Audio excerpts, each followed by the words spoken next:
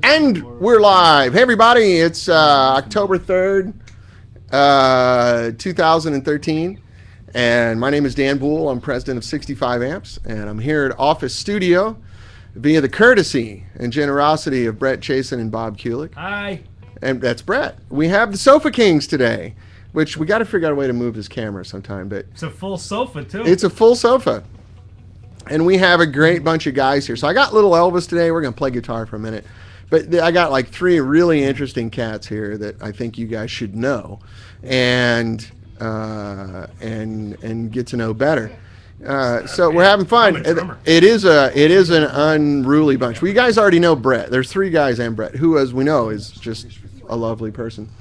And much obliged. Let's do this right now. And so I want you guys to get to know these fellas because I think it's worth your time. So I've got my Les Paul. I've got little Elvis. I'm going to do a quick run through. Also, I want to give a big shout out to Lonnie Spector and the LA Amp Show. I'm going to be there this weekend. Please come by and say hello. You can come by and play amps. You're not obligated to buy them. If you do want to buy them, nice if you did, but yeah, if you do want to buy them, you're first in line. But no, I'm kidding. You can come by and play all the gear. There's going to be 65 there, of course, but there's going to be 30 other manufacturers, most of whom make really cool stuff. There's a lot of guys I look forward to seeing there every year because I like what they do. And they do something completely different, and I go in there and go, wow, that's freaking cool. How do you do it? And they tell me, and I go, I don't understand. But it's very fun. You can bring your own guitar. Try not to be a trade show shredder. Try not to go, as we call it, NAMM Platinum. NAMM Platinum is if you hand out more than 50 of your own CDs, then you have become NAMM Platinum. But come by and have a good time, and we'd love to see you. I'd love to meet you in person. I know there's a lot of local guys here that watch the show.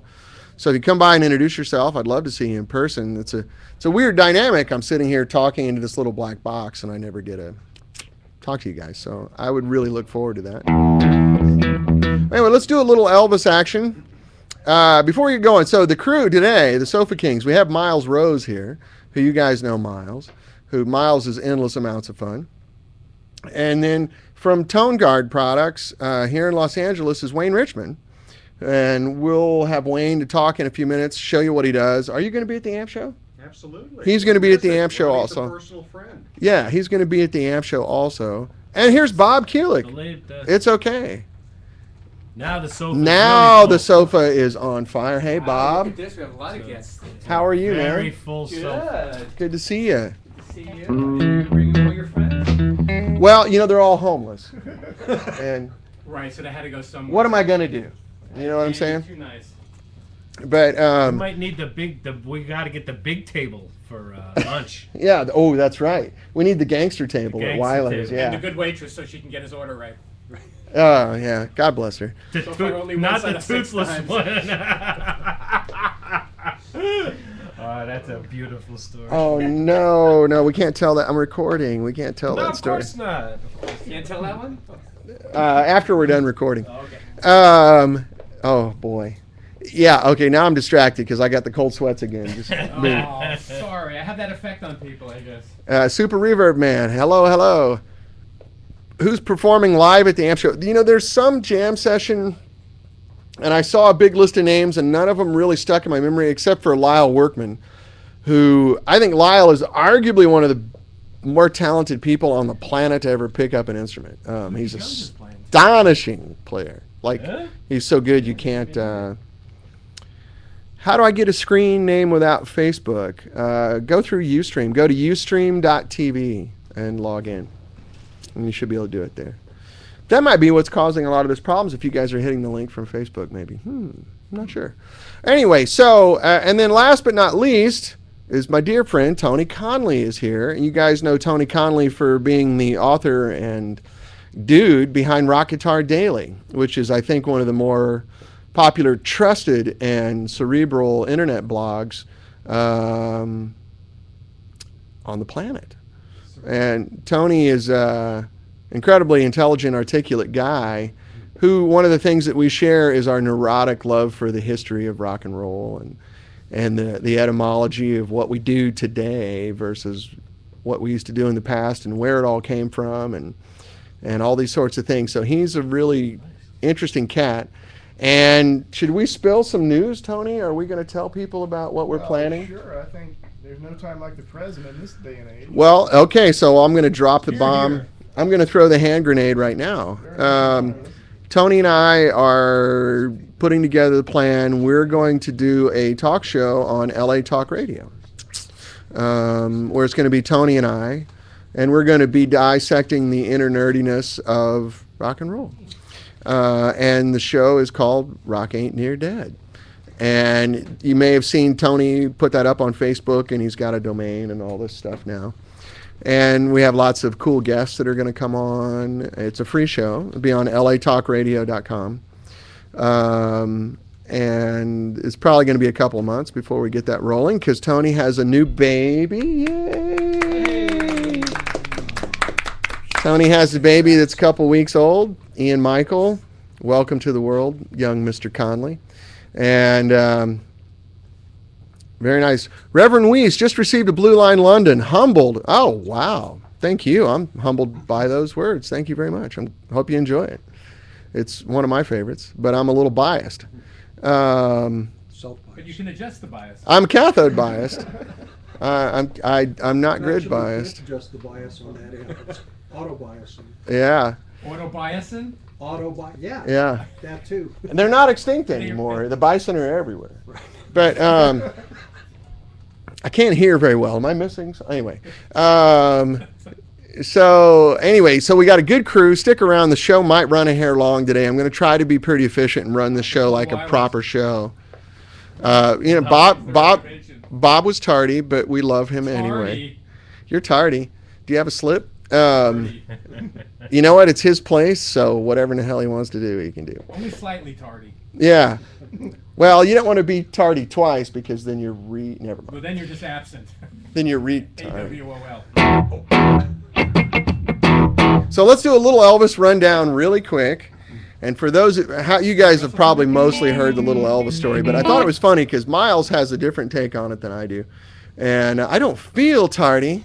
Look tardy. Wow, that'd be good in a song, wouldn't it? So I got little Elvis. It's a pair of EL84s. It has a 12AX7 front end that's kind of unusual. And it came from this guy who was the head engineer at Vox from their inception in 1954 until 65 when they sold the company. His name's Derek Underdown. And some of the technology in this amp he derived from working in the RAF during World War II at radar stations along the southern coast of England. So he learned ways to heat up signal with triodes. And Dave Keene, you're back, yay! And it's really cool. So I got to spend a whole day with Derek and going through this amp, and we made it work. And it was one of the coolest days of my life in being an amp guy. And I really felt like I was at the source, like I was at the source of all the stuff we do. And I'm just lucky, just blind ass lucky to have that happen. But I did take 24 pages of notes while I was talking to him. The guy told me everything about Vox, their production techniques, their supply chain management, grounding stuff, all kinds of nutso things. Told me all the machinations they went through to get these different models working, and told me his theory on transformers and tubes and stories about him. He'd work with the guys at Mullard, or as he would say, Millard. And it was just, I was overwhelmed. I just couldn't be a luckier guy. So, but that's where the Elvis came from. It was sort of it was a prototype from Vox that never went into production. And we added some stuff to it, but the root of this amp, about 60 to 70% of this amp is just that, And I pulled the transformers off the prototype, took them over to Mercury Magnetics. They made a flawless copy that's a little better. They improved it a little bit. And it's a bitchin' little amp. But anyway, let me play it for you really quick, show you the features, and then we'll get on to the chit-chatting. So this is just the clean sound. The bump is off. And it's that good jangly 60s,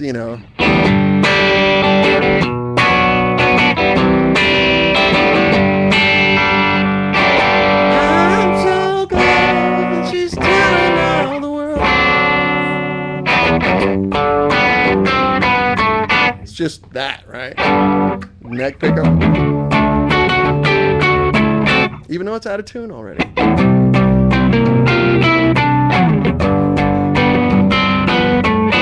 Sounds like a good 60s.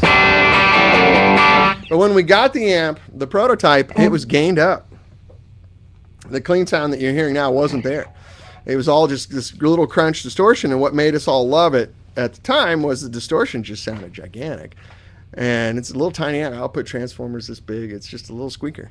But when I hit the foot switch, you see the blue light come on over my shoulder. Yeah.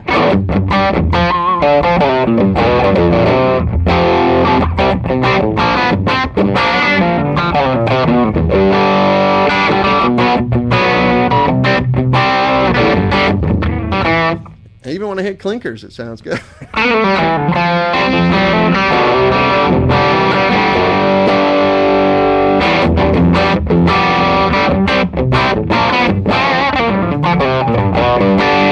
So to me, it was exciting because it has this giant fat sound that's really pretty low volume.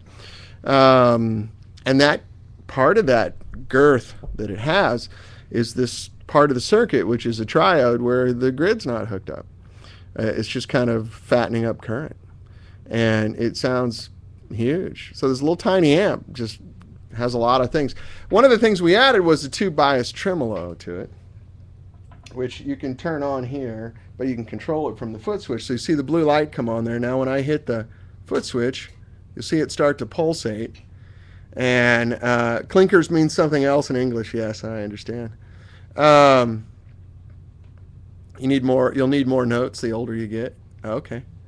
And so I put a little light on it just so you could time it, because one of the things that always drives me nuts when I'm playing an amp with a tremolo is I have to hit notes before I can get the tempo that I want. So we just tied an LED on the cathode of the thing, and it works great. So.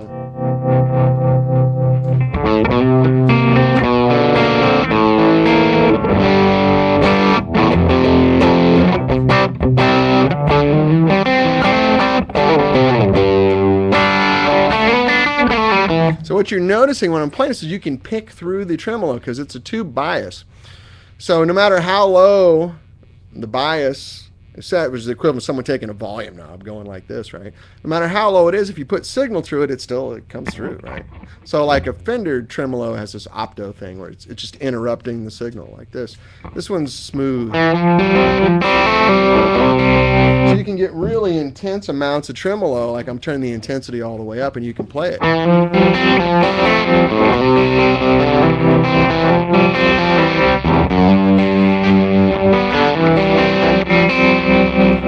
I like it a lot. I think you got to be kind of over 40 to dig tremolo, but if I go down to the clean side, turn the speed up, you get this sort of Leslie kind of effect, right?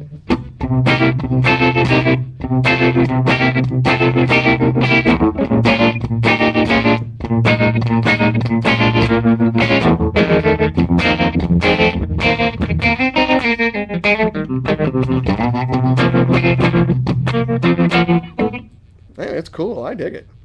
I don't know how well that's coming across. You guys probably can't even hear it out here because you don't have headphones on, but it's a really nice big.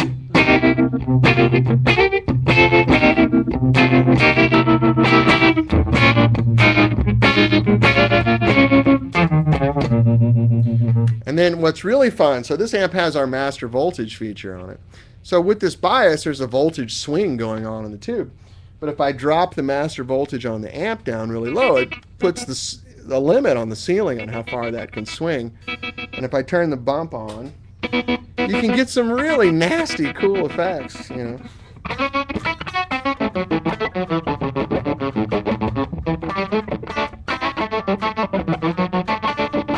You hear how low it's got with the master voltage. I know Ustream puts a lot of compression on it, so it probably doesn't sound much lower to you. It's a tube bias tremolo, so there's an oscillator circuit in there, and basically it's the same as someone taking a volume knob and just going like this. We're making the gain on the tube go up and down. But I bring the voltage back up. I always like to do the...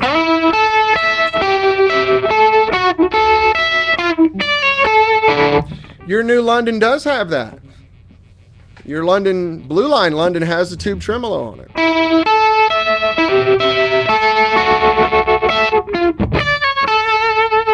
Oh yeah, the London does not have the master voltage. It's not a master volume. We can retrofit it for you. Where do you live, Reverend Wiest?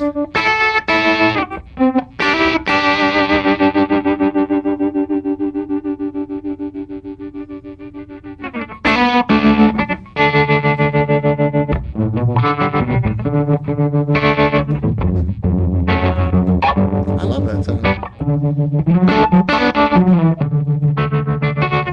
Anyway, there you have it. You can actually switch it off here if you want, if you've got your pedal. St. Mary's, Pennsylvania. Yeah, we can. I got a guy in Nashville that'll do it. Todd Sharp, Nashville Amp Service, or you can send it out to us and we'll stick it back in there for you.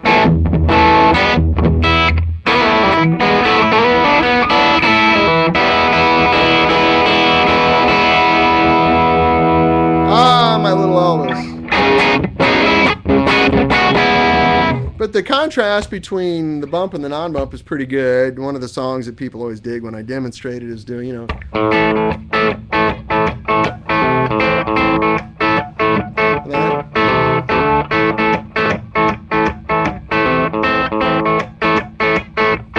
Boom. You get the idea. It's got a lot of vocabulary for a little amp. It's very, very cool. Where do you put the master voltage knob on the London? It's up to you. Is yours a head or a combo? But we can replace the cut knob on there, which a lot of people don't use. Yeah, it's all Celestion speakers, Matthias.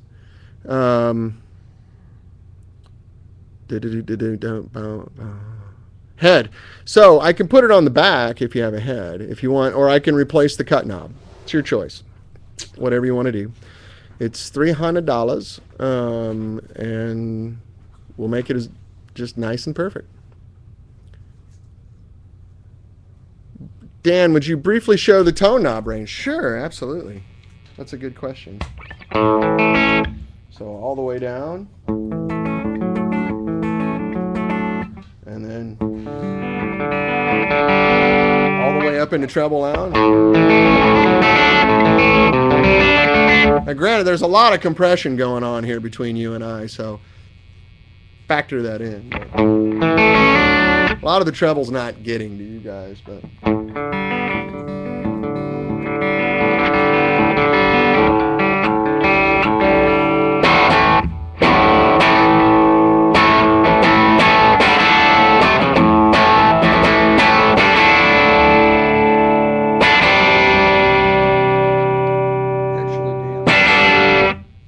Rather than repeat the story, Yes. can I request that I change seats with that guy? With Tony? Actually, right now, with the guy with the Boul guy? haircut. With, oh, really? The haircut. Bob. Because to do some hardcore kind of rock stuff, Right. to show what this will do with that guitar, he's kind of like a master at that. I was getting you warmed up. What do you want to play, Bob? Whatever comes to mind. What comes to mind? Oh, I said, oh man, I want to hear. Okay, we'll rotate Miles back in. Have you guys heard Bob Kulick play guitar? He's got this New York thing that doesn't exist. Oh, you guys will dig this. I was in Santa Barbara over the weekend at a new dealer, and they have some outdoor festival going on there. And I was sitting around with a guy from Georgia and a guy from Chicago. And we were going, you ever notice how, like, when guys play blues in L.A., it's really happy? Happy Blues? Yeah, that's all, like, you know. And they're all just like, So they never play The Thrill Is Gone. well, we're sitting there, we're on the beach in Santa Barbara, basically, and the guys went, well, yeah, look around. I mean, how much suffering? What are they going to write a blues about in Santa Barbara? Oh, I had to lease a domestic car, you know. You don't often hear Yeah. the Dino Santa Monica Blues. You're right. Right. You know, it's like, oh, Beavers in the show. you know, there's not even any of the, you know, woke up, it was raining this morning. Yeah, it doesn't happen. This morning over here. Yeah, and because the one guy's from Chicago, you know Frank Falbo that makes those killer guitars, and the other guy's this dude that works at Paul Reed Smith, who's from Covington, Georgia. And here, man, you're much more interesting to listen to than I am. And do you want the phones? No, I'm good. Take the handicap method. Okay. And we were talking about all this happy California blues, and it didn't matter what they played; it was all just happy. It's Interesting, you should say that. It's an interesting genre because there's like the definition of pocket and swing on the West Coast is so different. New York there's a lot of angst from being in New York. So Well, you get yeah. some Well, of that there's a attitude where everybody's natural like, "Hey, dude, man." there's a natural sort of like energy vibrancy thing in New York, and the blues is a little like you ding, and then you're in the South, it's all about swing and pocket and 2 and 4 so damn late you don't think it's going to happen. Right. And then you're in Chicago, and it's just like Born it's in a, Chicago. it's a bad 1941, day. Yeah. Yeah. It's just it's angry. Like sad. Like damn, that's a blues song.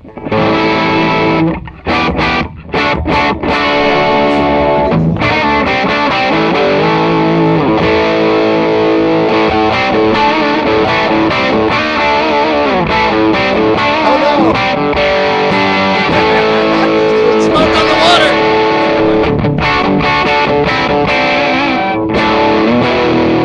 So Bob's got this New York thing, that's so great.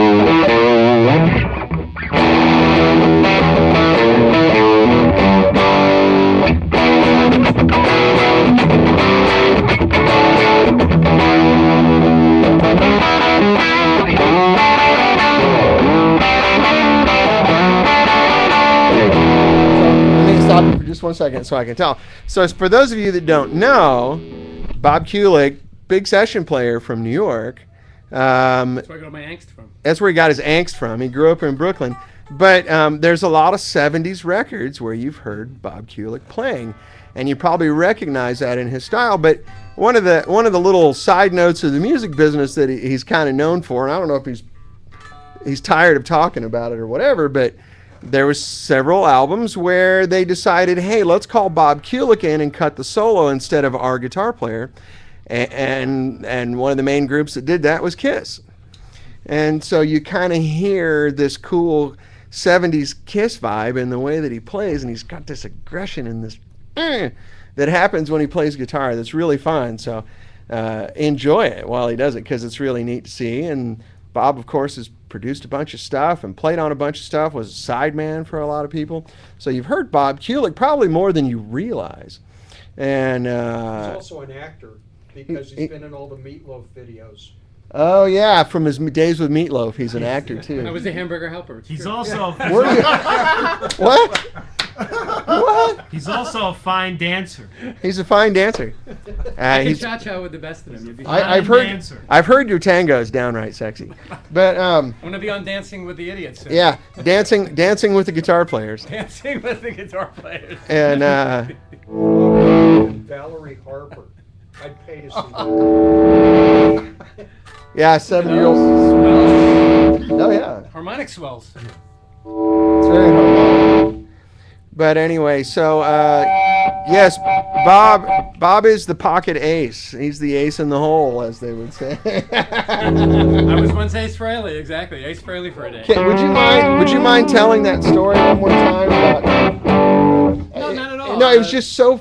You wouldn't tell the whole thing, but there's Yeah. there's this interchange between you and Ace that I thought was just absolutely hilarious, and it's really indicative of how good Bob's sense of humor is. Back in the day when I was friends with Paul and Gene, essentially having auditioned for Kiss and them taking Ace Frehley, we still kept in touch. I was, one of the guys who hung out with them because, we like the same kinds of music and we got Getting along much really out great. of here, sorry. How about that? Oh yeah, that's what it is. There you go. So anyway, being friends with Paul and Gene after auditioning for the band, went to see them a bunch of times and all that. Yeah, so. and you're still friends with those Yeah, guys, yeah, right? and then of course, as what happens with a lot of bands, a couple of the guys kind of, turn to, shall we say, the party side of They got distracted. what could be, had when one has money and fame. And In New York in the 70s, people did that? oh yeah, they had these things called drugs, and even Get- then they had alcohol. Way back then, they Get had, the fuck out of here. Really? had drinking stuff and snorting stuff and smoking stuff and all sorts of stuff. I know if you check the history books, you'll see about it. Anyway. Man, it sounds like a tall tale to me, Bob. But go Yeah, ahead. but, Anyway, yeah. But anyway, the phone rings one day, and Gene and Paul are calling me because they have a deadline for this, release, which was Kiss Alive 2, which was essentially a live record that they fixed up in the studio, but it slopped over into being more than just a record. So they decided to have a studio side, and put on a few original tunes, new tunes, so to add to the package of the Love Gun and the stuff that they had, which was essentially just live versions of the songs. So they had a few songs, and for whatever reason, Ace was like not getting with the program, and was holding up the works. So they called me to sort of give him a little cattle prod push to see if he would. This is very diplomatic, by the way. Very diplomatic, because I do like Ace, and he's a really good guy. He just one of those moments. Just one of those days we've all had, yeah. So that Gene and Paul tried to force the issue, so they had me come down, even though Ace was in the lounge, and they wanted me to play on these new songs. He's in the building, right there. In the building, in the lounge, watching guitar TV on the back, floor. Right? Yeah. Yeah. So I came in. Hi, how you doing? Hey, how you doing? And so went in, and Eddie Kramer was there. Got me a really terrific guitar sound. He had all the. The delays set up to make it nice, and all the reverbs at Electric Lady, so I plugged in my Les Paul, and it was like, wow. So plowed through these songs, and, they were really trying to get me to play like Ace, which wasn't too much of a stretch. I did all the Jimmy Page. All of that stuff. Blues licks really fast. Exactly. Right. And try to be as sloppy as possible like Ace. He was a sloppy kind of Jimmy Page. And I say that with reverence, not with love. Not as a put down. With love. It was his style. That was his style. So wound up with a couple of slamming solos. And for me, it was sort of like, now you know what you would have sounded like if you would have taken me to be the lead guitar player. And so on the way out, I went in to say goodbye to Ace, and he's lying on the floor, and he's pretty inebriated, and he looks up, and in his inimitable way, hey, Curly, how was I? So I looked down, and I just went, was the best you ever played. And then, and that was You the never story, sounded better, Ace. Yeah. So he laughed, I laughed, and... the rest is, it is what it is. I wound up playing on a few more songs until they finally replaced him with Vinnie Vincent, and then the same thing happened with Vinnie Vincent, and then they wound up replacing him and Mark St. John with my brother, G of all things. Which is his brother Bruce Kulick, who was a member of KISS for a long time, wasn't he? Correct. He was over 10 years. And I think for a lot of people, if you're under 35 or 40 years old, I think more people associate Bruce with KISS than Ace. Right, although, again, it's very difficult for the non-makeup band to compete with a makeup band with Fire and Brimstone.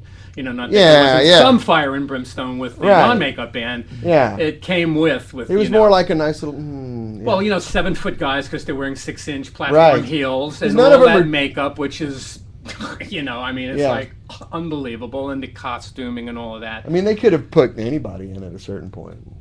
Well, this was always Gene's joke, even after we're gone, KISS can live on. Yeah, that's right. And actually, even when they're not gone, KISS lives on, because there's so many KISS tribute bands, and some of them, I've even gotten up and played with a few, and I'm going to play with Mr. Speed, who was voted by KISS fans the #1 KISS tribute band in Miami for the pre-KISS you're going to Miami? Oh, nice. Yeah, Miami on the 25th, playing on That's the 27th fantastic. at Will Call in Miami. So I'm going to do a set with the band. If you're in Miami, take off your thong and go... Take off your, whatever he said, and come to the show. It'd be very, very uplifting. I'm just kidding, because I've been in Miami, and I've seen some gentlemen wearing swimsuits where I I kind thought of you were talking about girls. Oh, that's plenty. I'm fine with that. But But I've seen lots of gentlemen wearing things where I go, whoa, hey. they don't get in. There's Easy. There's a dress code at Will Call. Bikini Babe's okay. Yeah. Everybody else, yeah. Put on some drawers and head over and watch Bob play. Wait a minute. If you want to, what's your take on matching 8-ohm amps with 16-ohm cabs? I feel very strongly both ways. There's so many jokes I can't pick. As long as, That's well, I'm glad you asked. I think the Civil Rights Act cleared that up for us. But Actually, we have no government. There's nobody to enforce it. Yeah, exactly. The government's all volunteer at this point. So 8 ohms with 16 ohm cabs. It's okay to overmatch your amp like that. It does put a little more strain on it, nothing significant. But when your output transformer is expecting 8 ohms, the best analogy I can make is if I told you, hey, I'm going to hand you a barbell, Bob, and it weighs I'd hand it to Brett. It's better, it weighs 80 pounds. about But what I've What I actually did this done is, morning, I wore off all the skin Yeah. on my fingers. And his hands are like a baby's butt. I And- can tell you. that's not from lifting weights. I know what that's from. But Dude, let me tell you, if I could do it both-handed, I'd be in pictures. yeah, he wouldn't be working here. Shit. Anyway, back to my point. If I handed you a barbell, I said, hey, Bob, it's 80 pounds. But what I've actually done is put 160 pounds on it. You're going to be a little surprised and have to work harder to hold it up. That's exactly what happens when you put a 16 ohm cab on an 8 ohm tap of an output transformer. However, the output transformer, unlike me and unlike Bob, God bless him, is made out of steel, so it can handle it. So what you're going to get is a little earlier breakup because your output transformer is dealing with an unexpected load. It's not expecting a load that heavy, so it has to work harder to support it. Is it dangerous? No. Is it really sort of a problem? No, not really. If you like it, do it. A lot of it depends on how well your output transformer is made. If you've got one of these ones that's made out of old soup cans from China, it could pose a problem. Miles is probably going to jump in here and tell us more about it, but He's jumping. I totally disagree. I'll vacate the seat. Hey, you tell him why you think. But- Use the guitar. oh, thanks. There you go. I was trying to let you play more, Bob, but I can come back. I want one of you, somebody out there. so let me finish, and then you can completely refute what I say. Refute what These I- kids. Where I understand it is you don't want to underload your output transformer. Meaning, like if you have it on a 16 ohm tap, you don't want to put it on an 8 ohm cab, because that output transformer is going to push more than expected, and it kind of starts running hot, and it can cause damage. It's it's not anything to. I wouldn't recommend doing it, but if I'm going to be completely honest with you, the risk is pretty low, but it's not real smart. If you like the sound, do it. I don't think the sound is that much different that it is worth a difference. You get a little more early breakup. You might get a little more compression out of it. It's really subtle. It's not, oh, this is great, this is awful, this is great, this is awful. It's not that. It's really subtle. So anyway, where did I fuck up, Miles? Okay. While I start explaining this, I'd like some of you guys, to go and open another browser window on the internet and just Google Jensen speakers or something like that, Jensen speaker design. Go to the Jensen speaker page, look at the Jensen C12N as an example, a generic 8 ohm speaker, and you'll see a graph on there that you can look at the response curve, and the response curve will show the frequency response of the speaker. It'll show the efficiency of the speaker, at what frequency it's how many dP, Yeah. and the ohm, the impedance curve of the speaker. What you'll notice is that 8 ohm speaker only hits 8 ohms, its nominal impedance, its lowest impedance, at one little point on that entire graph. A lot of times it's up there at 40 ohms, 50 ohms, Yeah, it's a 60 dynamic ohms. load, right? Right, Yeah. and it's almost never at 8 ohms. So when you plug your 16 ohm speaker, Or tap. a 16 ohm speaker into your 8 ohm tap on your amplifier, basically it's not saying much of anything different whatsoever. Yeah. You could do that forever. It's not going to run any hotter. It's probably, to most of you, not going to sound any different. Perhaps in an anechoic chamber using test tones to the perfect human ear, you might hear a difference, but you generally won't. Conversely, you don't want to go the other way. You don't want to have an 8 ohm transformer, as an example, and plug a 4 ohm speaker into it, because you're going to have a great increase in current. That's going to make your transformer run hot. You can basically short out your transformer, and there'll be issues there. But take a look at the frequency response curve on some of these design websites, and look at how often that 8 ohm speaker is actually 8 ohms. Almost never. Really? So- See, there you have it. We learned something new today. So, the answer is, eh. The answer is, you're fine and dandy, go play your heart out. Yeah. And if it sounds great, it's you. And if it sounds like crap, it's you. Very cool. Thank you, Miles. Okay, so real quick, I want to get Tony. Over here. But you can stay. Did you want to tell the Vox story really quick? I'll just tell the Vox story. Okay. So I'm going to let Miles tell his version of how Little Elvis came about, and then we'll get Tony over here, and we'll talk about Rock Guitar Daily and Ian Michael Conley and what Tony and I are going to do pretty soon. Real quick, though, Reverend Wiest, any problem, deterioration putting an AB switch guitar connected to London inputs? No. They are out of phase. So if you get an AB box for that amp, you need to get a box that has a phase flip on it. My favorite are the ones from Radial. They have a passive one and they have an active one. The active one's a little better. It also has a booster built into it that's pretty good. So you kind of get like this extra clean boost pedal for free on it. But it's not going to hurt the amp at all. It's just if you plug both in and you turn them both on at once, it's going to sound a little anemic because they're out of phase. Other than that, there's no physical problem at all. You'll be fine. All right, so Miles Rose was around when I had the incredible, the Framptone one is good too. Yeah, that's right. Butchmeister brings it up. Miles Rose was around when I met Derek Underdown, and we did the whole experiment with Jim Ellier and his Vox collection and the release of the History of JMI Vox book and all this kind of stuff. I heard him telling the story this morning, so I thought I'd have him share it with you. So run away, Miles. Basically, the reality of it is Derek Underdown made a special trip out here to go to the Jim Ellier, the Vox book release signing, a book about this thick. that 780 pages. And basically Dan got involved in, and Mike Franciscini got involved with, And Wayne, too, everybody. got involved with going through Not the this Wayne. entire Vox collection and updating all the prints and the schematics and everything. But We just made everything correct. you know. that's another issue. So during this trip, Derek was going to come by the 65 amp shop and sit with Dan for about an hour. It was his time in LA. I had to take him out for lunch. He had a lot of stuff to do. He had a very, very full schedule.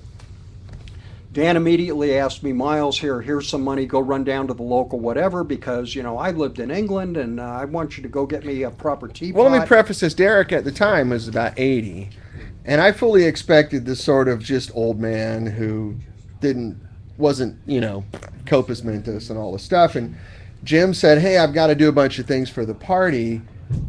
Would you mind babysitting Derek for an hour? And I went, sure, I lived in England. I can make he's an old man, I went, oh, no problem. I know how to make proper tea.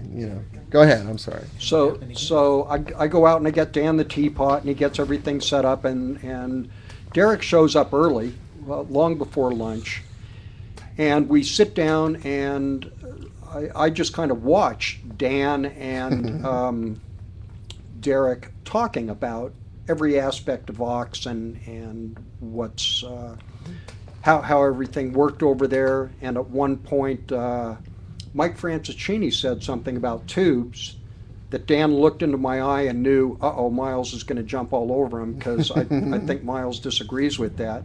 Later on, Dan said to me, I was really surprised you didn't say anything. I said, this guy travels thousands of miles to sit down with you. It wasn't time for me to get into a pissing contest. Oh, with Mike? With yeah. Mike. Yeah. It wasn't my time. So we end up doing the tea thing, going to lunch. Dan took him to a fish and chips pub, The Fox and Hound on an actual Ventura, pub. yeah, a real British pub. Things just kept continuing into the afternoon, Oh, yeah. into the evening. He ended up being there all day. Dan barely got him there in time for the book signing. Jim was freaking out. He thought I'd killed him. But, and as far as this guy being 80 years old, I think he could kick my butt 12 ways from Sunday. Sharp as a tack. I mean, 100%. but there was heavy discussion in the lost Vox, the Vox that was never produced. Mm-hmm. And Derek sat down with our chassis and rolled up his sleeves and worked. Yeah, Derek and Dan went and sat over at the bench, and Mike too. Mike, yeah. and basically that's where this came from. Yeah. It was fun. It was really cool. Interesting day, a lot of history, a lot of cool stuff. It was lucky, just like one of those days where you're like, holy moly, here I am sitting. Because if you read the Vox book, which if you guys haven't checked it out, I highly recommend it. It's kind of expensive. It's $100, but Jim, Price per pound is low though. Yeah, by weight it's nothing. You know, if it were produce, it would be a bargain. But Jim spent about 20 years on the book, and he had this gigantic collection. He bought all the old file cabinets from the old Vox company, so he had their actual real paperwork, and he spent decades gathering photographs, and he went over and interviewed Dick Denny, who's passed away since, but he videotaped interviewed Dick Denny. I think he's got 18 hours of, he really got he talked to everyone that worked there, everyone that, had anything to do with Vox, and really got the whole thing. And Derek Underdown was the head engineer. So Tom Jennings and Dick Denny, they just kind of cocktail napkined out ideas and designs, and Derek was the guy that made it work. And in a lot of instances, Derek was the guy responsible for their sound. But he started out making their organs. That was their big thing. He designed their organs. And I had a Vox Continental, one of the ones made in England at the time. I opened it up. This is the other part of the story I don't tell because it's kind of embarrassing for Vox, but I love it. And it's a hand-wired organ. Every key has 3 oscillators on it and a series of capacitors and tone circuit and the whole bit. And so how many keys are on that? 60 or something like that? Maybe 61 or whatever. So 180 oscillators, each with their own circuit on it. It's all hand-wired. If you look at the thing, you'll have nightmares. And I opened it up and said, Derek, I was really curious how did you get people to hand wire this organ? Like if my head builder were to hand wire this organ, it would cost me $2,000, $3,000 just to have him wire. And he goes, oh no, funny story. There was a mental hospital in Dartford. And we used to go get the obsessive compulsive patients to wire him up for free. And the hospital didn't charge us a thing because it was the best therapy they've ever had. So they had all these OCD patients there and the wiring is astonishing. You look at it and go, holy mother of God, who would wire this thing up? And it was all their OCD. And I said, well, what happened? Because they all went over to Italy. And he goes, oh yeah, because the government told us to stop doing it. They told us we were abusing mental patients and exploiting them for free labor. So at the time, Italy was the equivalent of Mexico. We'll send it to Italy. It's cheap labor. And that's when you see they're printed circuit boards that are just plug-in modules. But all the English ones were actually hand-wired organs, and I had one of those. But he's an 80-year-old English gentleman, so he's trying to really put a positive spin on this story. And we're all just giggling our balls off the whole time. And he couldn't stop laughing. He was having the guilty laugh, like you're laughing because you're not supposed to be laughing. And he was like, yeah, we had these obsessive compulsive patients, and they were the nicest people, and they were so grateful, and they'd come and go, here, Mr. Underdown, I did 18 more oscillators today, It was hilarious, and they were flawless. They were, of course, because they're obsessive compulsive patients, It was just... Anyway, I guess most of those guys are all gone now, so we can tell the story. But, that's manufacturing. Hey, let's go to the mental hospital. I want to know who was the guy that thought of that, though. Like, I have an idea. Here's how we can save money. And they did that for about a year and a half before the British government went, you can't do that. But I guess the hospital really liked it. They thought it was great for the patients. So it soothed the demon inside of them. They just wired, it's perfect. Look, it's perfect. All the angles are just right, And Wapner comes on at 3, all that kind of stuff. So anyway, thanks for sharing your version of that, Miles. I appreciate it. And we're trying to cram so many guys in here today. Tony, come over and say hello to everybody. Cram so many guys. This is like Hello, everybody. this is like the early version of Carson when it was an hour and a half. It'd just be like boom. And next. Ladies and gentlemen, Tony Conley from Rock Guitar Daily, my dear friend, good buddy. But first, we did it once already, but Tony has a new baby boy. Everybody say yay. Yay, congrats. Everybody's happy and healthy. Happy and healthy. You know, a lot of people on this earth should not reproduce. I just want to say that gently. Tony is one of the people who should reproduce. And so we're very happy to welcome Ian Michael Conley into the world. It's not, I read Conley because someone typed that. It's actually Conley. I'm sorry, I misspoke. But, so anyway, Tony, you getting any sleep? Getting lots of sleep. The baby sleeps more than I do. I hope It's a beautiful thing. I don't sleep much. Babies being, are supposed to sleep more than Being that. as old as I am, I don't need much. He needs a bunch. That's really cool. Well, you look very happy and healthy. Oh, there's Miles coming out of the can. With the correct sound effect. Ladies and gentlemen, Miles Rose.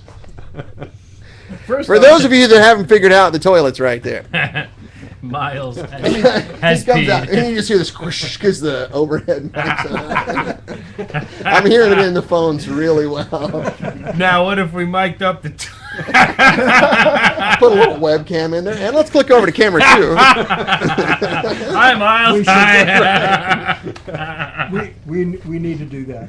No, I don't want to do that. Can. They call that the Chuck Berry setup. But anyway, that's a whole other story. You remember that, right? back to East St. Louis. Chuck Berry, that was Warrenton, actually.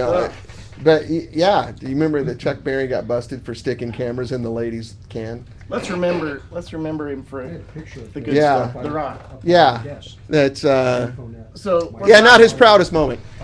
First of all, thanks for having me back to the show. We got to get you close here. Humbling to be in the room with so many great guitar guys like Miles Rose, Oh, stop. Kulick, Brett Jason, the producer of some Oh yeah, significant acclaim. Mr. Heavy and of Metal. course you. Arguably one of the best amp builders on the planet. Stop. True. Well, that's because there's only 2 left. But it's great to be back. Last and of the thanks. Mohicans. And Chuck Berry's a great place to start because I'm know, a this- Missouri guy. Yeah. this whole thing started a few months ago with your discussion about is rock dead? Is rock beat up? Where does it need to go? Yeah. And the truth of the matter is, I'm hearing so much great rock right now. It's amazing. I'm hearing more in the last year than I've heard in the last 10 years. Mm-hmm. Whether it's bands like the Temperance Movement, the Gravel Tones out of England, 6875 out of your hometown of Atlanta, just a Yeah. brutally good band. Oh yeah. A guy from New York City, Andrew Watt, who's getting ready to do a huge project with Dave Cobb. So yeah. I think Dave, rock ain't near dead. I love that. Well, But so you guys it needs may- help. It needs help. It needs a little bit of guidance, I think. Yeah. But I just got to talk into the mic. So, but I'm not trying to look away from you, buddy. I promise. It's okay. So Tony and I get into a lot of philosophical conversations, and sometimes it was on my show. Tony would be on the chat window here, and the thing that I think the correct term is machinate over, is we all love rock and roll, and for someone like me, it's actually my religion. I'm sort of a geek, and I'm into the history of rock and roll and the etymology of how things came about, and how similar a lot of it really is, and people don't know that they all come from a lot of the same roots. There's some certain elements of rock and roll that just don't happen anymore, but rock and roll itself, as Tony correctly points out, is not dead. So the question then becomes, why is it not mainstream anymore? So Tony and I have had lots of really cool conversations about it. Tony writes a lot about it in his blog, which is Rock Guitar Daily. And so Tony and I we've had enough interest in the conversation and the idea and the thing. We're going to start a talk show on LA Talk Radio. And it's purely for pointy-headed little rock and roll nerds like us. So it's going to be very fun. Tony has a little different take than I do on it. Our takes are not conflicting at all. They're just different a little bit, and they overlap quite a bit. And so the conversation gets really good. I think there's great points on either side of the argument. We don't even argue. We just have a different perspective. Just the philosophical differences. One thing I've done in the publication that I do on the internet, Rock Guitar Daily, for years and years I've been doing this thing. I don't write anything negative. No, you're the most positive guy. I don't listen to bad music, so why on earth would I write about it? Yeah. And I can talk to great musicians, review great records, talk about great products from now until I'm done on this earth. There's a lot of good stuff. And not run out of great things to say. Yeah, sure. And I know rock is not mainstream, and rock is not in the best place it's ever been, but at the same time, there's a lot of great stuff happening. You go out, you find it. It's out there. You need to look a little harder, but it's a good time for rock. And even in like things like reissues, there's this new Humble Pie 4-album set that's coming out from the Rock in the Fillmore, and I've just heard it, and it is a tutorial in rock guitar tones. That's a rock and roll band. Marriott and Frampton. Yeah. Oh my God, it's unbelievable. And see, one of the subjects I go off on is, in my mind, in my vocabulary, the way that I think, there's a big difference between rock and roll. And their motives and their impetus are completely different, I think. Rock and roll is about, you know what, for tonight, we're 19-year-olds. We're going to let our hair down with reckless abandon. We're here to have fun. That's it. That's rock and roll. Rock is, I got a message, I'm a little angry, my parents might not have paid much attention to me, I want to express some political thing, which is all great, I love that too. It's more cerebral than rock and roll, it's definitely more progressed in a certain direction than rock and roll. But Humble Pie, that was one of the last, like, damn it, we're going to rock and roll tonight. One of the beautiful things is listening to this record. Frampton is becoming the very smooth, very fluid lead player. He's starting to become the fusion guy that he became. And Marriott is very primitive. He's just energy. Banging the damn thing. It's just energy. Yeah. And the juxtaposition between the two players is beautiful. I don't know if it's demonstrated better by any band at any time. Yeah. Where there's two players, and it's a beautiful dialogue. It's amazing. Oh yeah. And some kid is gonna hear that. Oh yeah. And some kid's gonna go get a guitar. Right. And we're gonna get some good stuff from it. Oh hell yeah. So that's kind of what we want to get at on this radio show. I think a lot of people aren't aware of the history of rock and roll, and they're not aware of it, how relevant it is to what's going on today. And there's a whole generation of kids that have grown up listening to music that didn't have a guitar on it. It's just a thing. And the thing that Tony and I have commented on both is, like, there's certain artists, there's certain things that happen when you're in a live situation. It doesn't matter if you're 6 or you're 60, everyone wakes up and has a good time. And that's usually when you hear a good rock and roll band. And so we're just hoping in our extremely humble way we can help, and maybe turn you on to some stuff you're not turned on to, you're not hip to, and then probably hopefully get a lot of really interesting people in who can come in and contribute to the conversation quite a bit. And then maybe hopefully get some guys to come in and play and show you what's going on, because there's some astounding players around. And I think somebody just needs to take the light and turn them on them for a second, and it'll be a good thing. What instrument does Tony play? Tony plays a little guitar, a little bass. I'm fond of saying I'm old enough I should be able to play anything with strings on it by now. And short of banjos and violins, I think I can. You don't play the hammer dulcimer? No, but I used to have to match string sets for those things when I was in retail. What a nightmare. So yeah, Tony has a long history in big box retail in the music industry, so he's met a lot of people. So we got guys already, I could listen to this kind of conversation all day. So Tony's a little more positive than I am about the future of rock and roll, which I enjoy because I need to hear that. I'm not negative on it per se. I'm a little bit sort of resigned, I guess is the word.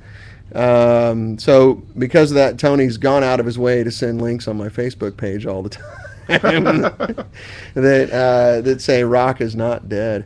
But I mean, I enjoy the nerdy side of it. I come from a really musical family, and the town that I was born in is where Scott Joplin wrote all the ragtime music, which, if you're a music historian, is the first truly American form of music.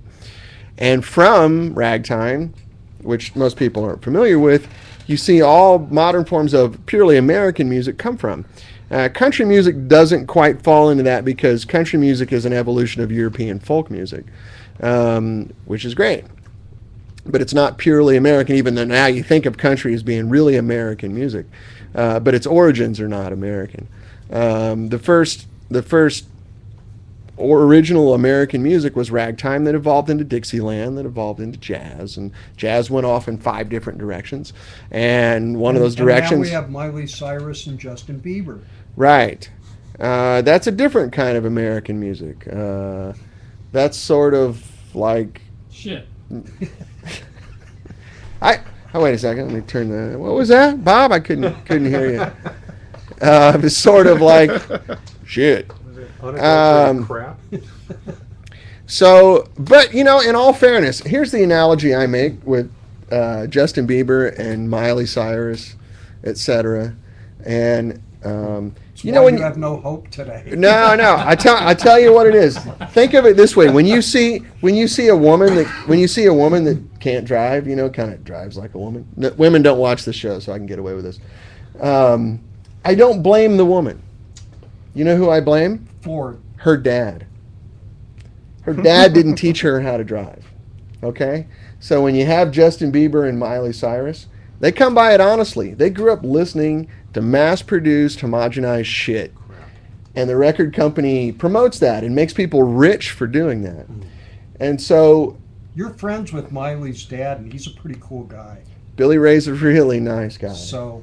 And he you know what? He admits that things went terribly wrong, and he doesn't understand why. Well, money. There's a lot of money in that dynamic. I do know the Cyruses. I don't really know Myri. Myri? That's what they call her in Japan. Yeah. Miley's younger sister rides horses and all that stuff, so my daughters know her. But she's actually a really talented kid. I mean, she can sing, she can dance, she can write songs. Our friend John Shanks did a record with her 5 years ago. And I think she was 16, maybe 15 years old. And I remember talking to him, and I said, "So you're doing the Miley Cyrus? I can't talk. You riv with the Miley Cyrus? How did it go?" And he goes, "Man, I got to be honest with you. That kid came in, had 16 songs down cold, could grab a guitar, play them front to back for me, showed me the parts, showed me the harmonies. We did everything in 2 or 3 takes. We did cut an entire record in a couple days." I wish Bob again with the light. Well, this light will have to be banned from... Oh yeah, again with the thing, and then can you put the little screens back in? Oh yeah. Sorry. They're on the other side. Oh yeah, I see. Because now we have this like mushroom cloud in the Great back Fire of 2013. Yeah, I see cows in San Francisco running around.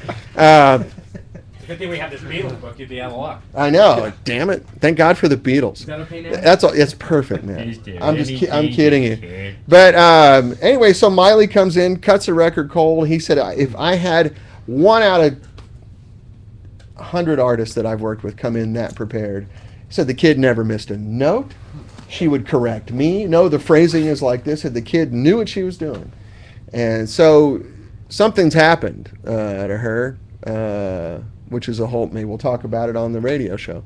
But anyway, so back to my point of, I think these kids haven't been exposed to a lot of stuff. And Here's an analogy real quick. Yeah. Think about our food. Think about Monsanto. Yeah. Think about organic food. Think about mainstream rock and roll. Think about the good stuff that's out there. They're very similar roads, and probably some of the same manipulations and the BS point. Politics that I don't want to get into right now, but I don't think it's an accident that the music business is where it is today, or that somehow music became free. If you leave the door to the grocery store open, people are going to go in and nobody's going to put good stuff in there. Yeah, that's a great analogy. There's also the thing too of like the landscape of the music business has changed dramatically from what you're talking about. Music became free, but also, how many real record companies are there now? 3? Well, there's going to be 4. Okay. You know, who's dumb enough to start a label in this time? But, Well, you know, Dina hey, Carter is starting Nugget Records again. you know, small batch recording labels Yeah. are going to happen. But I mean, right? you look at like Universal Music Group is 8 labels that used to be independent, or not independent, but freestanding. And Sony Music Group, you know, CBS and blah, blah, blah, blah, all these sorts of things. But, you know, we used to have Chrysalis and Decca and Mercury and blah, blah, blah. And they're all just, it's all a Universal Music Group. it's patented seeds. Yeah. And EMI and Parlophone and all that stuff now is under BMG, right? And it's exactly right. You know, that's a great analogy with Monsanto. The only way you can grow a crop now is if you use seeds that are pesticide resistant that they make, and the only pesticides that cooperate with them are the pesticides that Monsanto sells. If you don't, you're locked in, you're screwed. There's no other choice. And that's a great analogy. So anyway, so Tony drove down from Sacramento this morning. He left at dark 30, like 2 o'clock this morning, to come down and say hello to you fellas. So let's see, the label Merge is rocking, and the new label Corda is releasing interesting stuff. Okay, cool. Very, very cool. Will there be a Rock Ain't Near Dead Records? Could be. Rock ain't near Dead Records. Rand. It's going to be the Rand Corporation. Will be the Randy label. For all of you in England are going, We're going to be "Eh? a bit Randy. I feel a bit randy today. Hope you don't mind." Anyway, so that's kind of fun stuff. And what else was I going to say? What else do we want to talk about, Tony? Oh, before I get off here, I just want He's to going to give get my off. love to my wife and child. Hi, Monica. The hardest part about driving down here is missing them. New- You know, this is all new to me, and You think they're watching? you know, if they're not watching, they're in big trouble. Oh, we just offended the daylights out of Monica then. I didn't Oh, realize. she watches every show. Oh, so she knows that I'm a Her and Anita bulger. Farragher, I think, are the ballsy women who watch amp shows. Oh, so Monica already realizes that I'm a crass, low-class person. Well, you hang out with me. Yeah, well, okay, fair enough. All right. Very cool. So we're at like 120. So I hate to cut you off, but you No, and I no. are going to talk endlessly in public. So Yeah, I think that's going to be cool. But thank you, man. It's such No, a thank pleasure you. to always see you. And then last but not least, by any means, Wayne Richmond is here from Tone Guard. Thank you. And, Slide into the talking seat here. oh, yeah, Is man. this working out? It's working. It's perfect. Okay. This I've is watched really everybody fun. else do it wrong for the first time, so hopefully I'll get it right. Yeah, this man. time. The joy of being last. Yeah. Monica just texted, "Yes, I'm watching." Ah, I love you, Monica. I like the pictures Tony's posting of this mom glow that you have. It's very beautiful.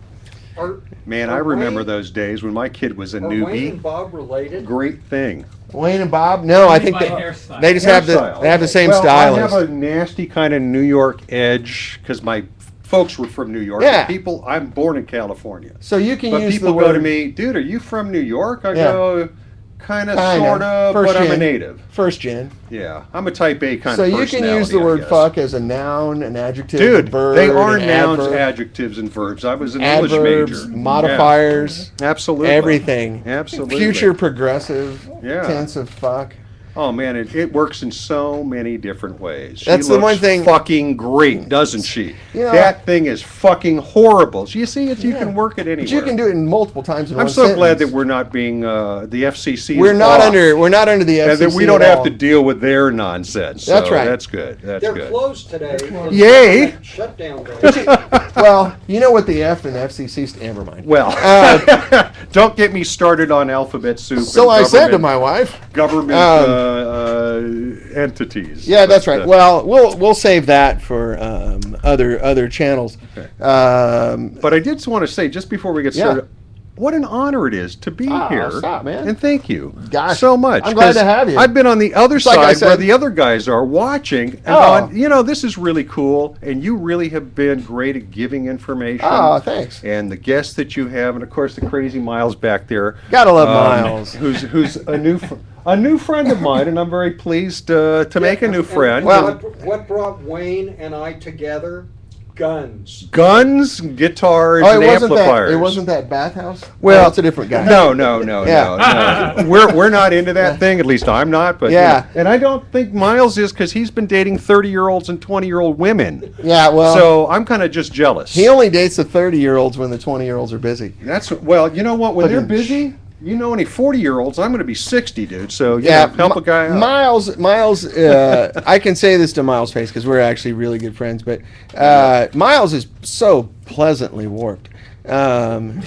I mean, for someone who's warped, he's just warped. It's like when you go to the funhouse mirror. Some of them make you look short and fat. Right. This one makes you look tall. Yeah. Like Miles is just warped, and in such a great way.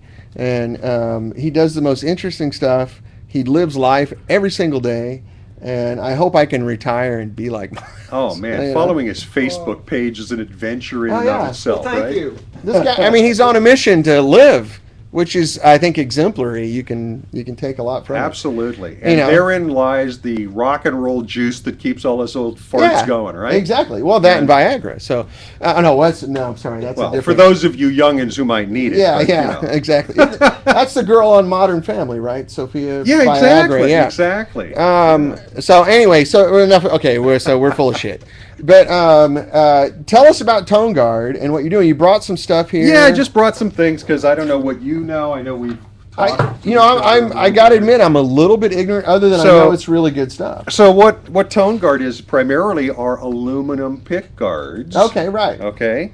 That are basically, I took a page of Leo Fender's history and moved it forward a bunch of years. Right. And I did that having the good fortune. Can I hold that up? You sure can. Having the good fortune of meeting George Fullerton and Oh, wow. working with the guys down at G&L, which was, of course, Leo's last stand. That's right.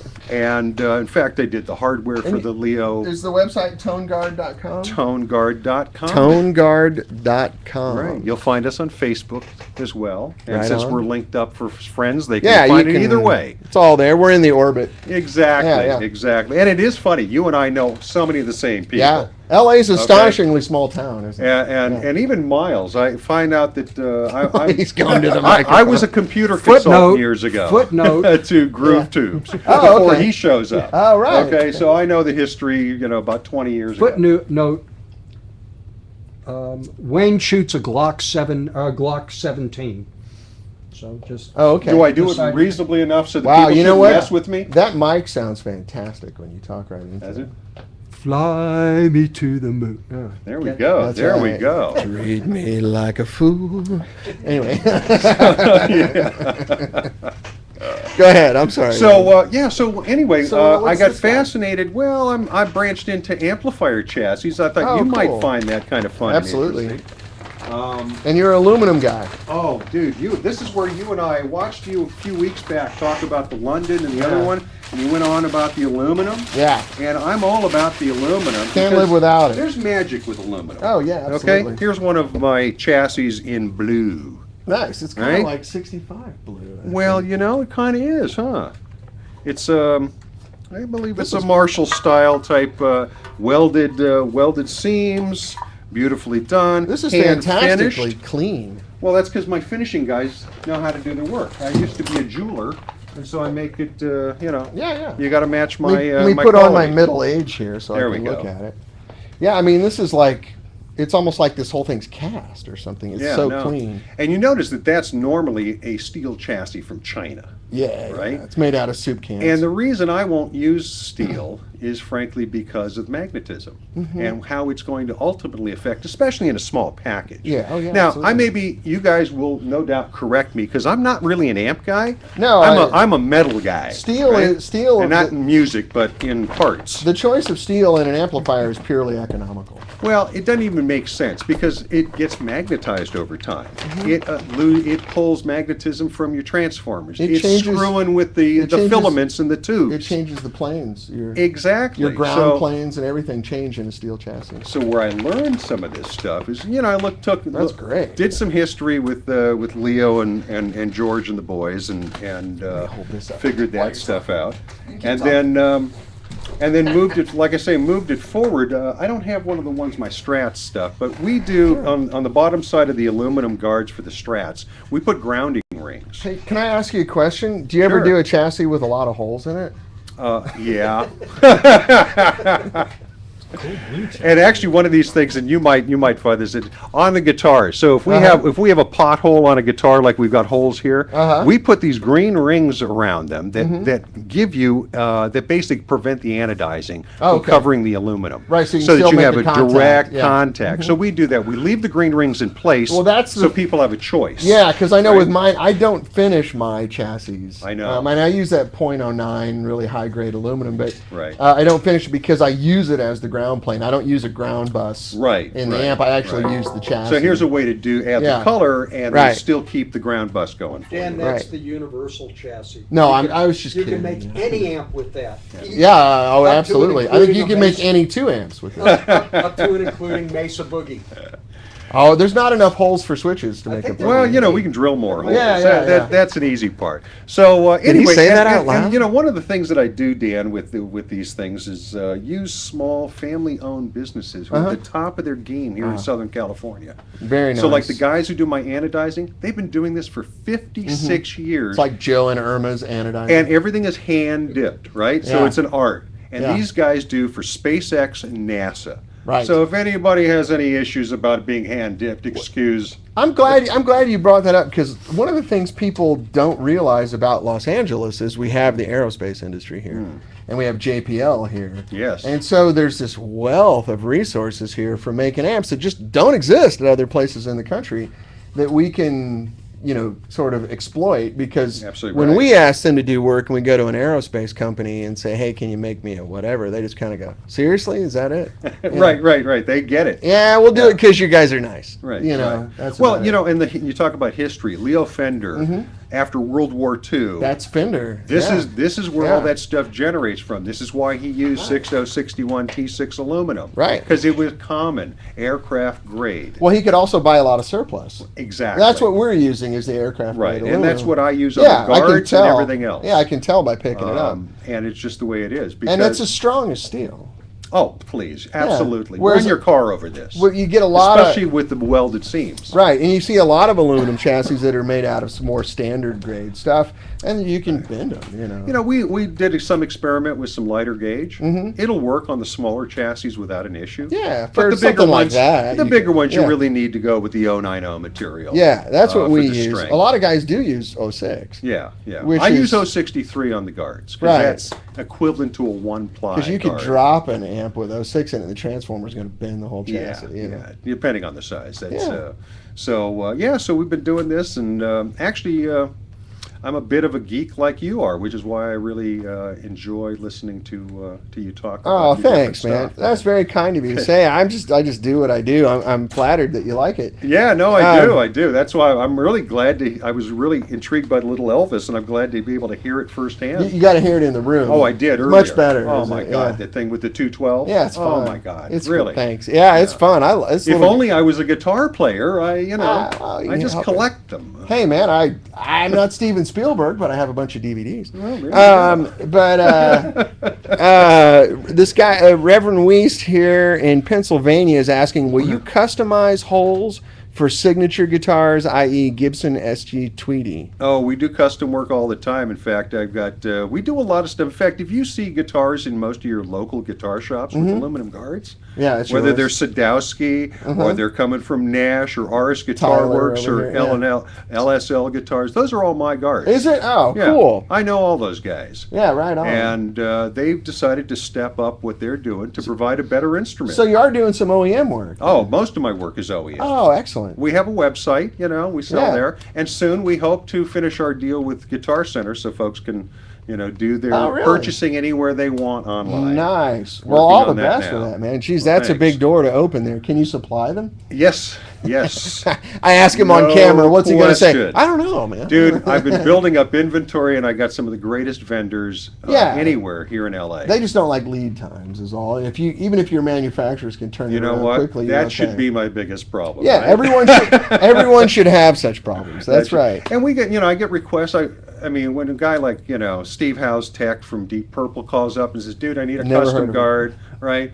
I'm like blown away. My Guitar Yeah. Heroes go, Roger Fisher calls me a week before the House of the Hall of Fame Uh-huh. introduction and says, "I need a titanium guard with my signature cut into it." And I had to say, Oh, so you do other metals too? "Oh, I do all kinds of interesting things. Plus, I used to be a jeweler Oh, okay. at one time, so I make custom knobs. Oh, okay. So guys like Jackson Brown and Yeah. my knobs and Red Volkert, and I make Bill Asher of Asher Guitars uses them. Very cool. Because they're really artsy. They're really expensive. Damn There will be some for the holidays because I only make them as kind of Yeah. an art expression thing. What do you do, like custom engraving on them? Well, actually, what I do is I got a guy who makes the little brass knobs, and I'll show it to you at the show over Yeah. the weekend.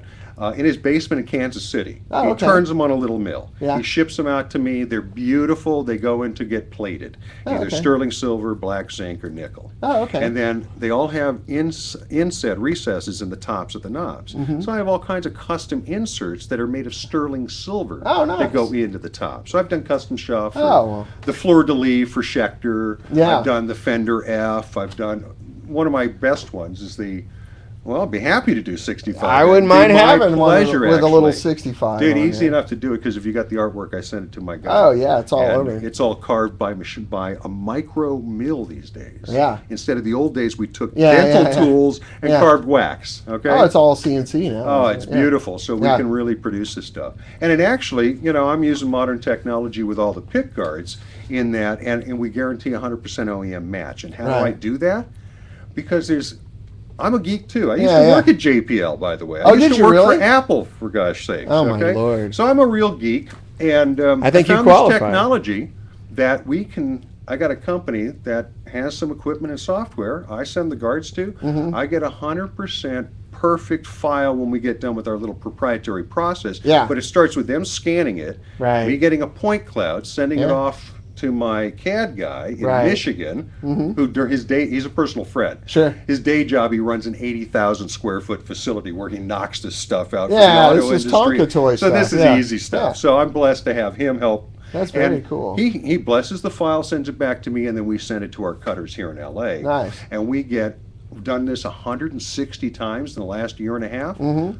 Perfect cuts, 100% accurate every time. Nice. So if someone wanted to do like a custom thing like this guy's talking about, would he have to provide you with anything? Is it Well, generally we don't use tracings. Mhm. Tracings are always inaccurate Right. because Well, the they're made thickness by of your humans, bezel. yeah. Well, right. Yeah. The thickness of the pencil lead, and Yeah. God knows all those other things. how So, drunk the guy was when he did it? Yeah. Now We are the talking about library- guitar players here. Right.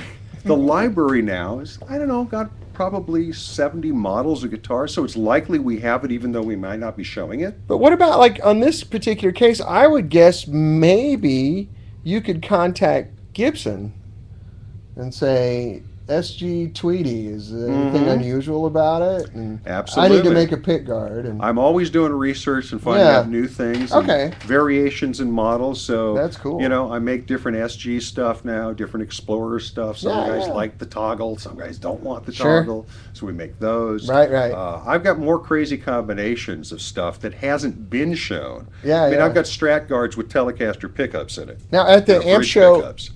do you have a room, or are you just kind of? No, because It's too much for accessories, isn't it? To have a Well, room. I got frankly a lot of my customers are going to be there. Yeah. So Lonnie's a personal friend. I'm going to be having a little display space up front near the registration Oh, table. okay, perfect. And some information, and just for people to, but the amp shop will be there. And a bunch of other guys, LSL will be there, and other guys who are using my parts. So this I is don't the wanna thing he's asking. I'm sorry to interrupt you. He says, should we trace the guard, or do you have most of the models? So You know what? Contact me via email. It's Wayne at Tone Guard, and there's a hyphen between the word tone and guard.com. And let me see what you need, and let me respond to you. okay, And it's likely that I do have something like that in stock, and maybe it needs a little variation, maybe not. very nice. But if you go to my website, you'll find a lot of stuff up there, but not everything.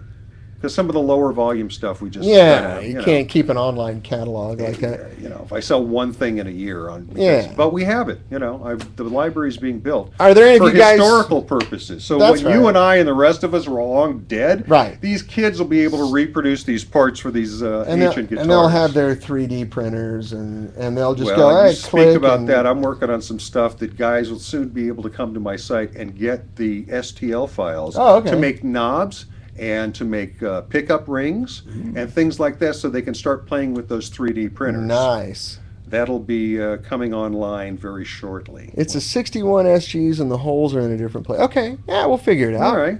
I'm sure Wayne can take care of that. You know, send me a picture, send me an email, tell me what it is. You know, Yeah. Google will bring up the image, and I'll know right away whether I got it or not. Very cool. So, are any of you guys coming to the LA Amp show this weekend?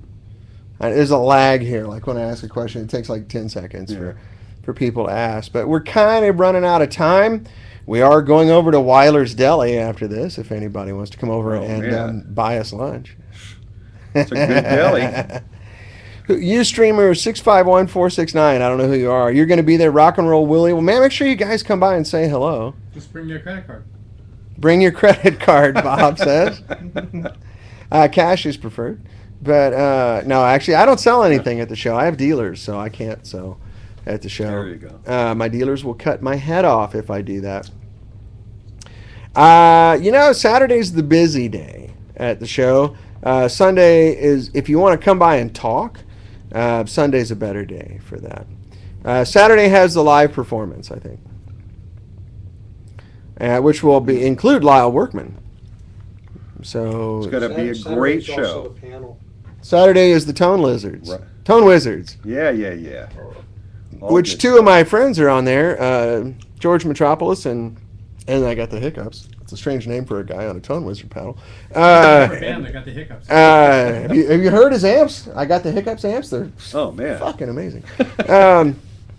George Metropolis and Dave Friedman. So it's kind of a high gain focus this year on the Tone Wizards panel. So it's very cool. What is the Players Paradise panel? That's the one with Lyle and somebody else. Those are guitar players. Those are guitar players. Any recommendations for cases for your amps? Well, I only know the guys that do like the touring stuff. We use A&S out here in Los Angeles. They're in North Hollywood on Vineland. If you want to call A&S, ask for a guy named Art, who will take really good care of you. Art Aris is his name. They have all of our dimensions, so they can cut the foam correctly. Also, all the case companies in Nashville, which I'm forgetting their names right now, I apologize. But if you look up any amp case company in Nashville, they have all of our stuff, and they can get it for you.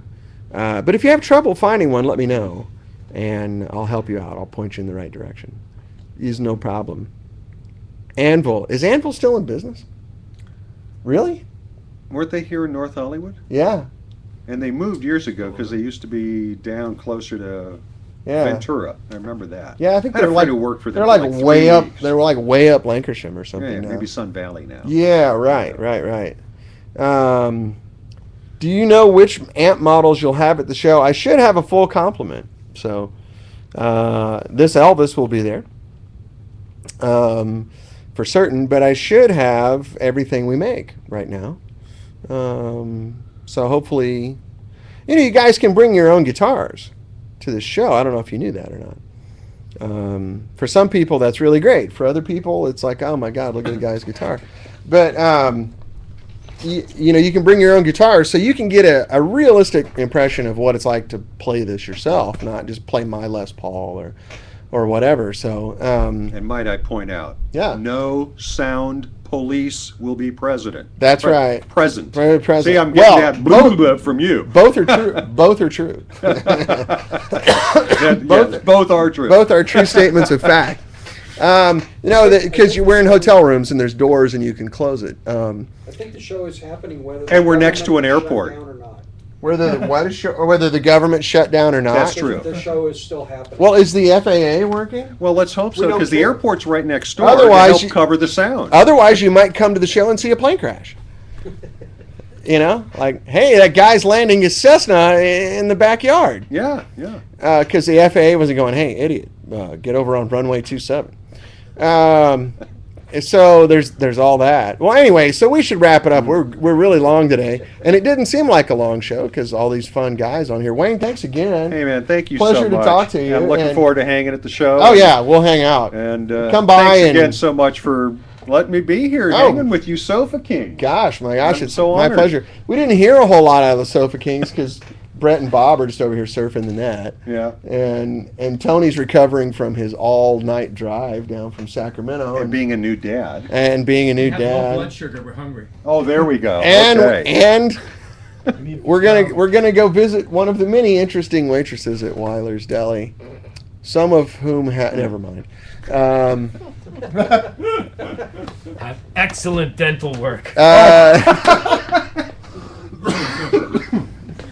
You know, boy, that could really haunt us. Dan, is it true the grills on 65s are based on the Mustang taillights? Yes, that's true. This is the smaller version on our full-size amps. My first car was a 67 Mustang, and I like the taillights on it. I love that story. And it's total geek, just nerd stuff. You know, when you're sitting around with your buddies trying to figure stuff out, and you're like, hey, man, what do you think we ought to do? How should we make the grills? I don't know. Let's see. They make them at Weiler's. Yeah. Mitch Gordon here. See you at the amp show. All right, Mitch. Very cool. Look forward to seeing you in person. Well, anyway, so I'm sorry there wasn't a whole lot of guitar playing today, but you met some cool folks that I think are worth knowing. And look for more. Oh, here's what else is going on at 65. I've got my new website almost done. I'm going to try to sneak it out maybe tonight. But hopefully tomorrow, and you can see it. I'll let you see what it looks like. It's a very updated, modern-looking site. We've had the same site now for 5 years, which I like our current site because it has all that cool album artwork that we recreated. But it's had its day, and I realize it looks a little dated. Here comes Miles doing the Bigfoot walk. What's up, Miles? Are the other 2/3 of the people that play the amps going to be on there that currently aren't on there, or are they still a secret? Oh, you mean all the rest of our artists? Yeah. Oh, God. Well, yeah, I need to update that. The reason I don't is because at a certain point it just becomes, what's the word I'm looking for? Gratuitous. You know, I make sure I put all the Grammy-winning artists at the top. That's the order of preference on there by how many Grammys they've won, which is a good way to do it. I think that just, I don't have to explain that. It just kind of speaks for itself. I would like to put a little plug in for the best 65 amps backline in a video that I've Christy ever James. seen. If you look up Christy James, I think the song's Overdrive. Overdrive by Christy James. On YouTube, Luke Davis, her guitar player, at about the 2.5 minute mark, there's. Well, he's got that one cabinet that is an 8-12 combo. Right. Yeah. I mean, it's the most impressive 65 amps backline in the universe. Only in ever. Australia could this happen. Only in Australia. Rick is asking, what EHX Y7 tube, Miles? That's a pretty vague question because I could put some pretty vulgar responses to that. Are you, when you say you put in EHX, are you saying electroharmonics? Because if it's for a personal amp, Put a little KY on it. And if you know, their tongue saw reissue is the best of those. But frankly, if it's for your own personal amp, go NOS. yeah, there's plenty of NOS Ys Yeah, around. there's great tubes out there, and it's not like Very low use tube. it's not like you're so- like this guy where you have to crank out amp after amp after amp and have a reliable supply. In the end, it's going to sound way better, but in the end, it's going to be way cheaper because it'll last, Right. you know, generations. I actually thought about trying to just design an amp that was completely 12AY and 12AU7s because I could make NOS ones for a decade. Yeah, you know? they're cheap because there's tons of them around. And they cost 1/10 of what a 12AX7 does. Yeah. And but anyway, on that bombshell, I think we're going to go ahead to lunch. So, all right, I hope you guys are well. Thanks for enduring the long show. I see our audience kind of stayed the same. So thank you very much once again. Thanks to Miles Rose, Tony Conley, Wayne Richmond, Brett Chasen, and Bob Kulick for letting us invade Office Studios. I sincerely appreciate it. And I don't know if you guys know this, when you type cuss words, it censors them on here. I can't control that. I can allow links, but I have no control over the cuss words. So as they say in France, fuck. But Well, yeah, people say "pardon my French." You know, like, really? Is that a French word? Fuck, I never thought of that. Which is very derogatory to the French language. But I've heard French people cuss, and man, that's beautiful. I mean, it's like, really? Gosh, stop! I'm blushing. But it wasn't me. Yeah, somebody got censored. R.J. Sanders. I'm sorry, you're the same color on my screen as Reverend Weist. I apologize. Not that I care what color you are. I'm just saying on the screen. Anyway, so I can't stop. What is it today? Pull foot out of my. Go to Actually, Good night, Dan. it's all on purpose. Good night, Dave. Oh yeah.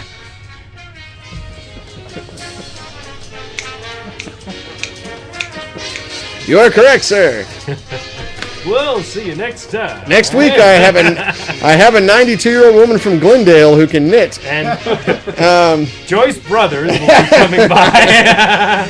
And from the San Diego Zoo, Joan Embry. Yeah, that's right. Nipsey Russell will be No, making yeah. an appearance. And Jack Hanna's bringing a marmoset to grab my crotch.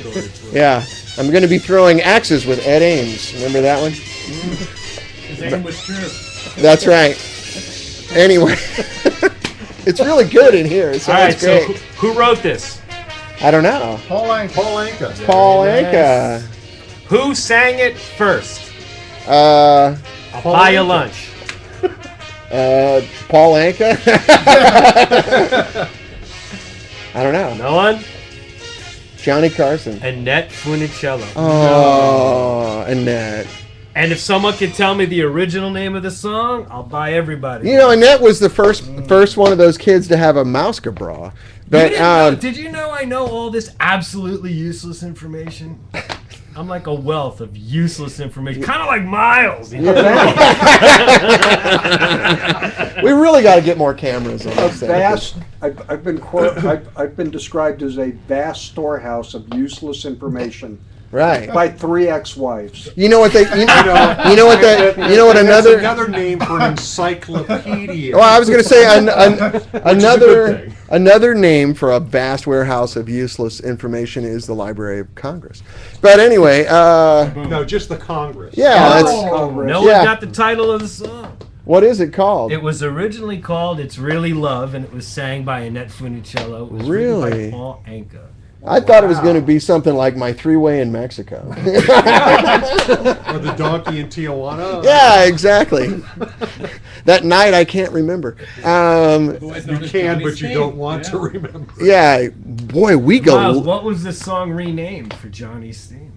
I have no idea. The Tonight Show theme song. Well, it's actually they called it Johnny's theme, but the Oh, actual, Johnny's but it theme? does have a title. They renamed it Toot Sweet. Wow. And the other interesting useless information Because is Johnny was really into the Exactly. It the was toot. his Yeah. nose was Double made of entendre. Teflon. He woke up one day and they're talking about the Now, song, and to he and get- Severin said, now he goes, here's boy, the this in- toot is sweet. Now, the greatest thing about Johnny, you know how on the Tonight Show it started with a little drum fill? Yeah. Okay. He came up with the idea to put the drum fill on so that he could get publishing on the song every time the song was played. And It so- made him a co-author because he came up with the Be- idea and so- played it at his house. As you know, he's like, something like this, because Johnny always. And so Ed Shaughnessy made Well, him one rich, could right? argue Yeah. that that was really an arrangement thing. He One was, could argue, it but was not his with him. show. Not with him, you couldn't. When it's his show, what are you going to Exactly. argue, right? So he was part. And his toot. He was part author of Toot Sweet, and Paul Anka got $200 every time the thing was aired. So and Ed Shaughnessy's going, damn, can I just get a little piece of this? That's $1,000 a week when the show was on. Right. No, he made some that's serious nice money. He made mailbox some real money And off Johnny it. scored some $50,000 serious a year. money. 200 every time it was played on. Man, you could have had me for half that. Sweet. Well, anyway, okay, we seriously got to go. It's almost 2 o'clock. We, as the I heard Sofa we could have Kings, you for lunch, but yeah. I should rename the show to what it should be. If I'm going to be intellectually honest, it's called Buy Dan Lunch. Yeah, we need a theme song. Although, that's pretty good. I don't know. That worked well, I think. We could play.